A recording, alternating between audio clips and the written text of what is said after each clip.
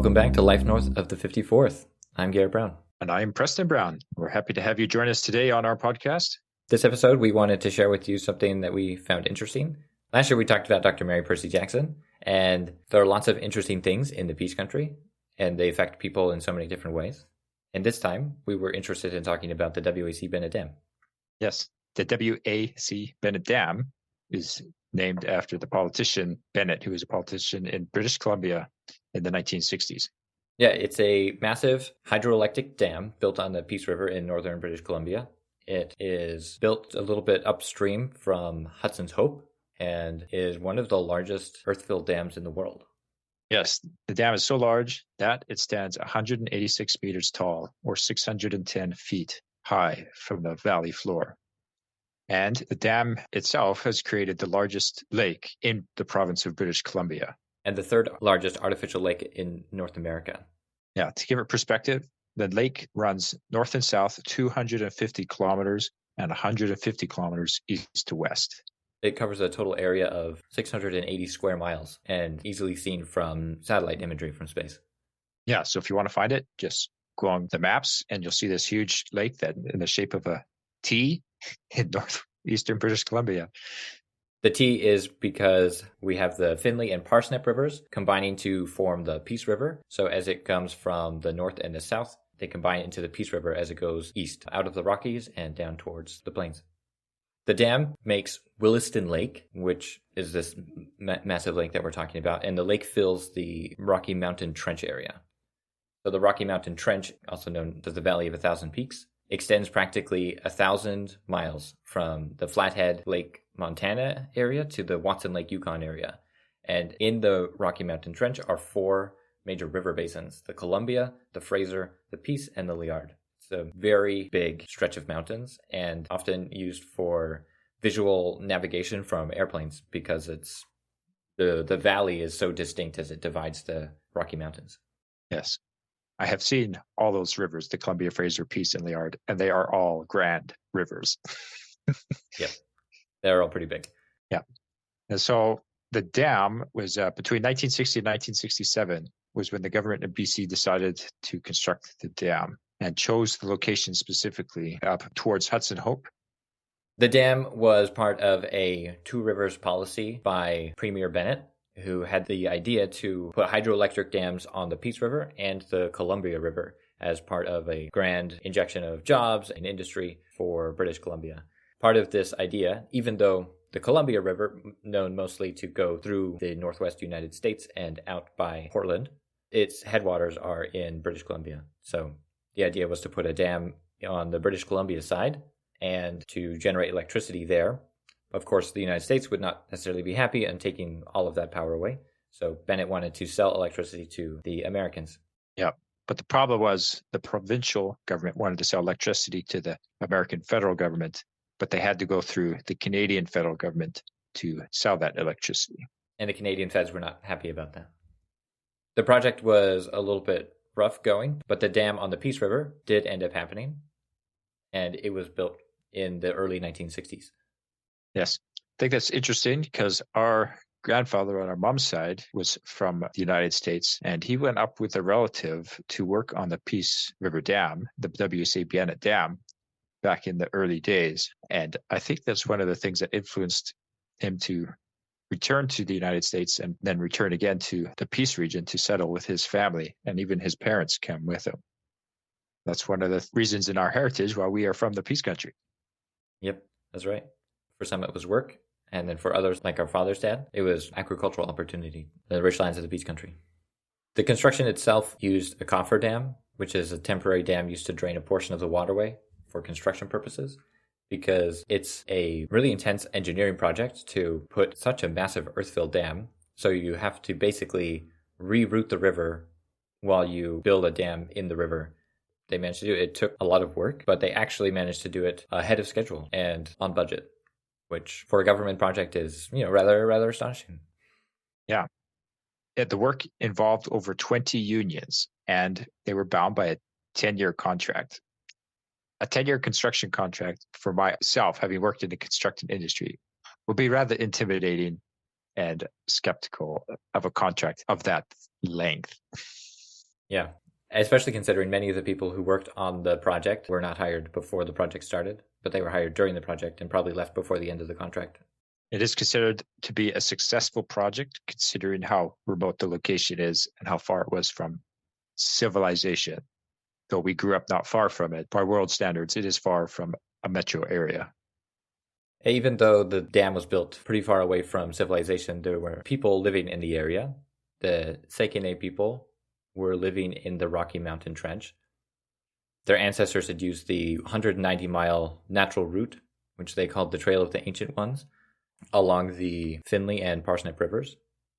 But as Daniel Sims, a member of the Tsek'ehne First Nation, said in his PhD thesis titled Dam Bennett, the impact of the W.A.C. Bennett Dam and Williston Lake Reservoir on the Tsek'ehne of northern British Columbia, he said, prior to 1961, neither level of government made much effort to ensure the Tsek'ehne truly understood anything about the project.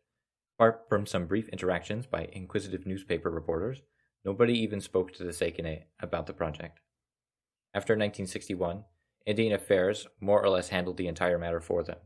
This was highly detrimental for the Tsek'ehne since the federal government proved unwilling to seriously challenge the province regarding the proposed dam, while at the same time Indian Affairs failed to properly inform the Tsek'ehne what was happening. As a result, once the dam was constructed, the Tsek'ehne not only witnessed the drowning of their homeland, but also were suddenly made aware of the fact that the state did not recognize their title to their homeland. Close quote. In researching this episode, it seemed one of the things that was motivating to Premier Bennett was this idea of generating so much electricity for people as population grew and demand for energy grew. Such a massive dam on the Peace River would provide an incredible amount of electricity, not only for the region, the Peace region, but also a lot of electricity for those living farther south. And the Tsek'ehne were small in number compared to the size of the population farther south. And so they weren't consulted, and Bennett assumed that disrupting the way of life of fewer than 100 people was worth it to him to inject industry and growth into the economy. I do think it's interesting that the government at the time wasn't interested in hearing the opinion of the locals. I'm sure that there really just need to be an understanding of the government's opinions and ideas and the locals' opinions and ideas to have the best outcome for both. The strength of the dam for power and energy to provide for the needs of many people, but also the consultation of the locals in their land. I think just there's some major miscommunication and neglect. Yeah, I think you're right, Preston. It's a difference of perspective, too.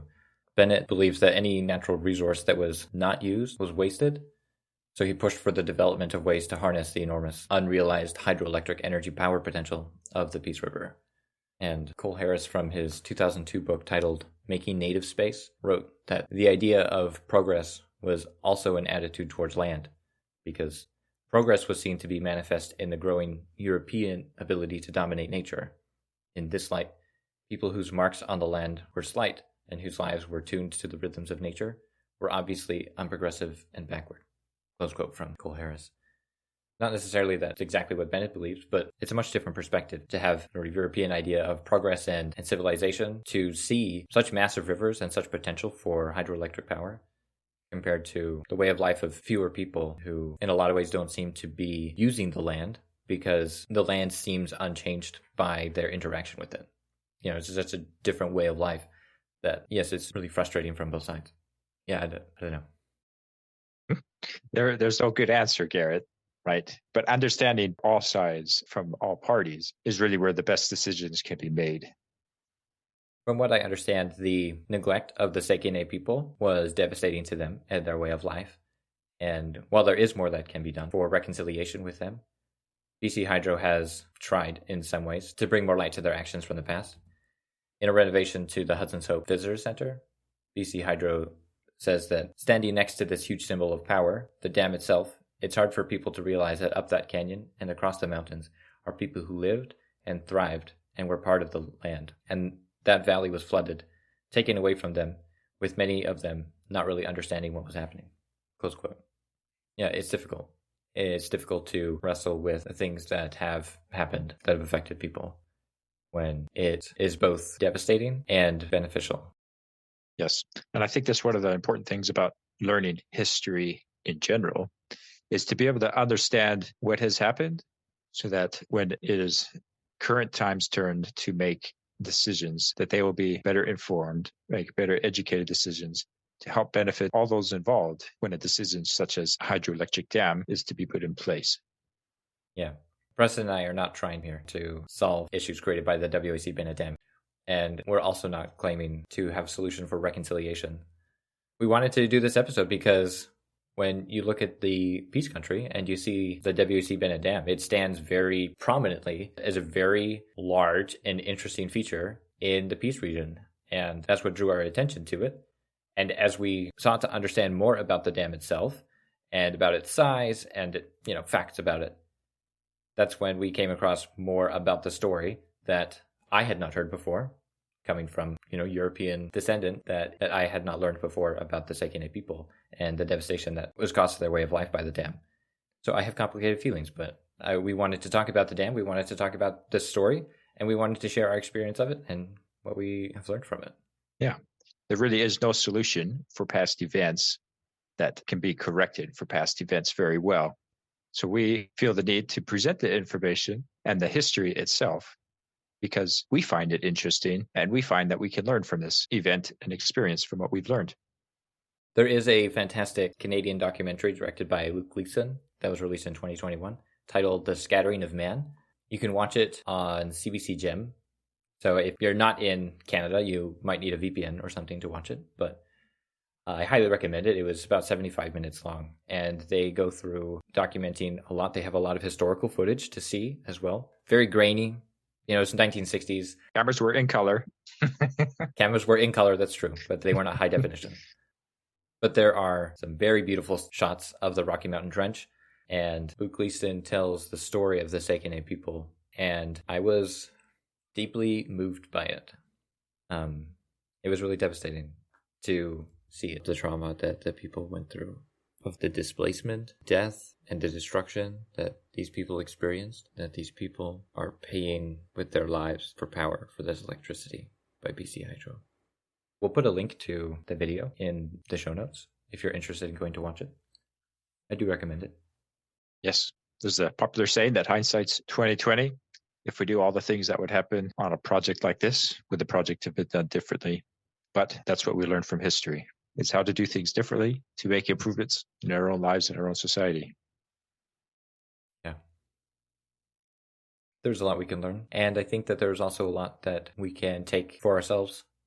It's unlikely that Preston and I will be part of a massive engineering project that would scape the landscape of so many hundreds of square miles. But I think I can let the things that I've learned change me and my perspective on the way that I see the world and how I view history. I can let it affect me.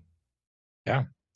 We're grateful that you could join us on our podcast, and we hope that you found the W.A.C. Bennett Dam and its history as interesting as we found it. Yeah, links to where we found this information will be in our show notes, as well as a link to archival photos of the dam. Put a link to the archive, the BC Archives site, and it should just load up with a bunch of images that you can peruse and see under construction photos and before photos and after photos. It's quite interesting to look around. Yes. And as a podcast, we cannot transmit images to your ears. I was going to wonder how you're going to show images on an audio program. Yeah, so you'll have to go and look at that yourself if you want to see those images.